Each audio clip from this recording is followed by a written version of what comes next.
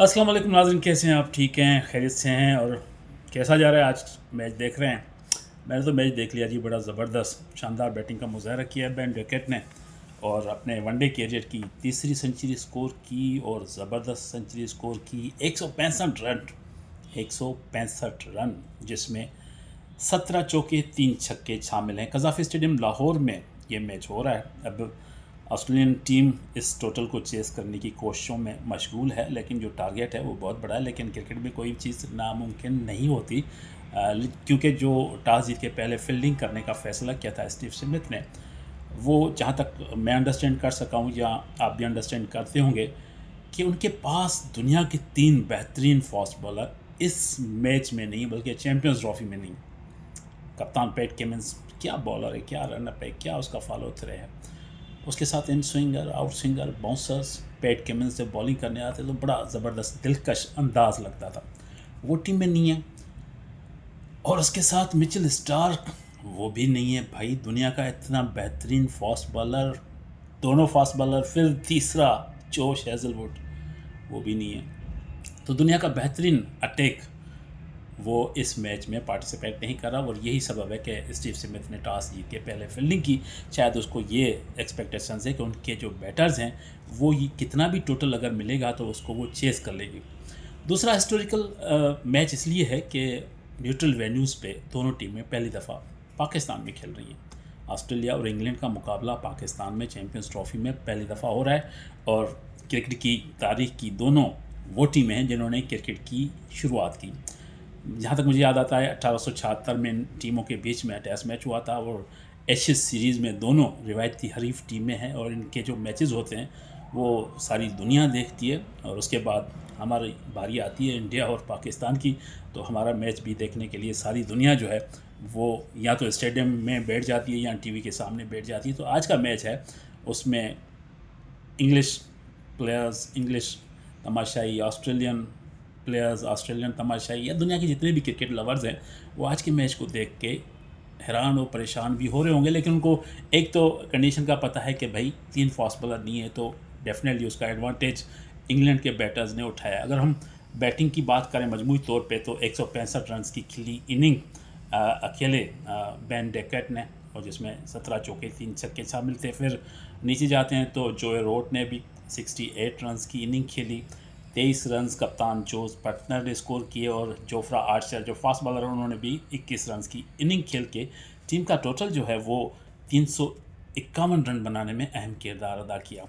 अगर हम बॉलिंग की बात करें तो ऑस्ट्रेलियन बॉलर्स मुकम्मल तौर पे नाकाम रहे, क्योंकि अकॉर्डिंग टू फील्ड उन्होंने बॉलिंग नहीं की जिसका भरपूर फ़ायदा उठाया। और वो टोटल जो बॉलर्स थे वो अंडर प्रेशर थे, इसलिए कि उनका जो मेन स्ट्राइकर बॉलिंग अटैक है वो आज था ही नहीं। तो वो परेशान थे, अपसेट थे कि करना क्या है, कैसे करना है। तो दूसरी तरफ इंग्लैंड बैटर्स जो हैं वो बिल्कुल ज़बरदस्त फॉर्म में, तो उन्होंने वो बैटिंग का मुजाहरा किया और इतना बड़ा टोटल स्कोर करने में कामयाब हो गए। अब ऑस्ट्रेलियन टीम जो है वो बैटिंग कर रही है और जहाँ तक ये मेरी रिकॉर्डिंग चल रही है तो उनके 2 प्लेयर्स जो हैं वो आउट हो चुके हैं। तो अंडर प्रेशर होंगी ऑस्ट्रेलिया की टीम, लेकिन कैपेबल है टोटल चेस करने में। लेकिन जो दूसरा फैक्टर है जहाँ तक मैं अंडरस्टैंड कर सका हूँ वो ये है कि स्टीव स्मिथ ने टॉस जीत के पहले फील्डिंग करने का फ़ैसला इसलिए भी किया होगा कि लाहौर का जो वेदर है बनस्बत कराची के वो थोड़ा ड्यू फैक्टर वाला है। अगर ड्यू पड़ती है और ड्यू फैक्टर आता है तो फिर इंग्लिश बॉलर्स को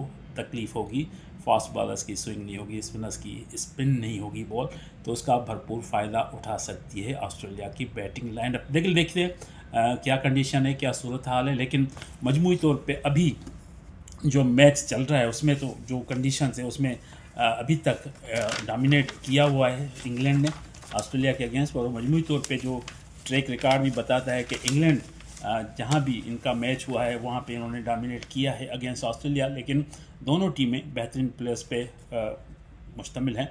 ऑस्ट्रेलिया की बात करें, ट्रेविस हेड है, मैथ्यू शॉट है, मार्नस लिबुशेन है, जॉश एंग्लिस है, ग्लेन मैक्सवेल पीछे है, तो ये बड़ा ज़बरदस्त है।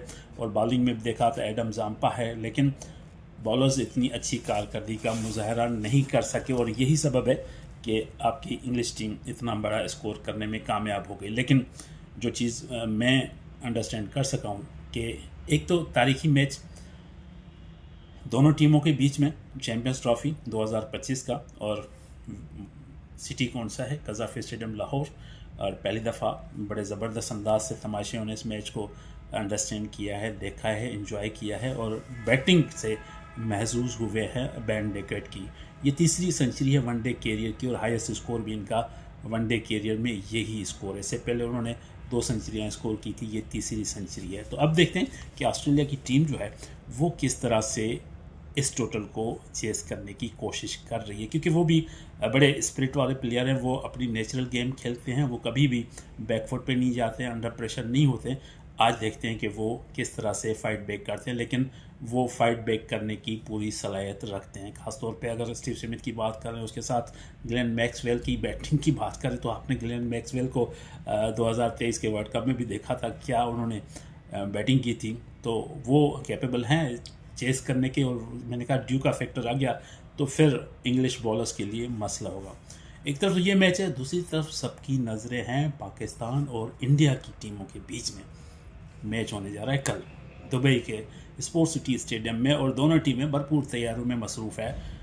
एक तब्दीली पाकिस्तान की क्रिकेट टीम की जो सबसे बड़ी परेशानी की वजह बनी है, वो हमारे फ़ख्र जमा अनफिट हो गए और इमाम उल हक को हमने स्क्वाड में शामिल कर लिया। उन्होंने कल टीम को ज्वाइन कर लिया, प्रैक्टिस भी की।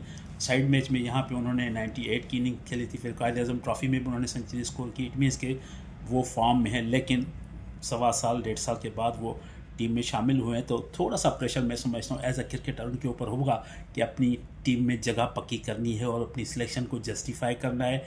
लेकिन दूसरा इशू, एक ही ओपनर है आपके पास, या तो आप सऊद शकील से फिर ओपन कराएं, या आप बाबर आजम से ओपन कराएं, या फिर तब्दीली करें, आप उस्मान खान को टीम में लेके आएँ और कोई एक चेंज जो है वो करके आप उस्मान खान से भी ओपन करा सकते हैं। तो ये सिलेक्शन कमेटी का सिनारी होगा। लेकिन अपनी इंडिया की जो टीम की परफॉर्मेंस थी अगेंस्ट बांग्लादेश, वो भी इतनी आउटस्टैंडिंग नहीं थी। हालांकि जो टोटल था वो पहले आप देखें 35 पे 5 आउट हो गए थे बांग्लादेश के, फिर उन्होंने बड़ा ज़बरदस्त कमबैक किया, 218 स्कोर करने में वो टीम कामयाब हो गई। उसको चेस करने में इंडियन टीम स्ट्रगल करती रही, और उसमें जो अहम किरदार था शुभमन गिल का। लेकिन फील्डिंग की कारकर्दगी की बात करें, दोनों तरफ कैचेस ड्रॉप हुए, तो फील्डिंग का जो मयार था वो इतना आउटस्टैंडिंग नहीं था, और फील्डिंग बड़ा अहम रोल अदा करती है किसी भी टीम की कामयाबी में। तो कल सबकी नज़रें पाकिस्तान और इंडिया की टीमों के बीच में मैच पे बिल्कुल हैं कि अगर पाकिस्तान इस मैच में कामयाबी हासिल करता है तो डेफिनेटली पाकिस्तान अगले मरहले तक जाने की पूरी सलाहियत रखता है। अगर मैच लूज़ कर गए तो भाई सफ़र तो हमारा ख़त्म हो जाएगा। लेकिन उस सफ़र में कामयाबी के लिए करना क्या है, आपने अपने नर्व्स पे कंट्रोल करना है। फास्ट बॉलर्स को अपनी बेहतर कारकर्दगी का मुजाहरा करना चाहिए। शहनशाह अफरीदी क्या कर रहे हैं, हारिस रऊफ़ क्या कर रहे हैं, नसीम शाह क्या कर रहे हैं, दुनिया की ये भी तो बेहतरीन फास्ट बॉलर्स हैं, लेकिन इन्होंने मायूस किया है ट्रायंगुलर सीरीज़ में भी और पहले मैच में भी। तो अब उम्मीद है कि ये तीनों जो फास्ट बॉलर्स हैं वो अच्छी कारकर्दगी का मुजाहरा करेंगे, और अगर इब्रार टीम में होते हैं तो इब्रार को भी अपनी सिलेक्शन जस्टिफाई करनी पड़ेगी, विकेटें लेनी पड़ेगी, और उसके साथ आप पार्ट टाइम बॉलर्स के साथ जा रहे हो, तो ये आपके लिए थोड़ा रिस्की है। लेकिन क्या कर सकते हैं, अब तो टीम में कोई तब्दीली भी नहीं हो सकती।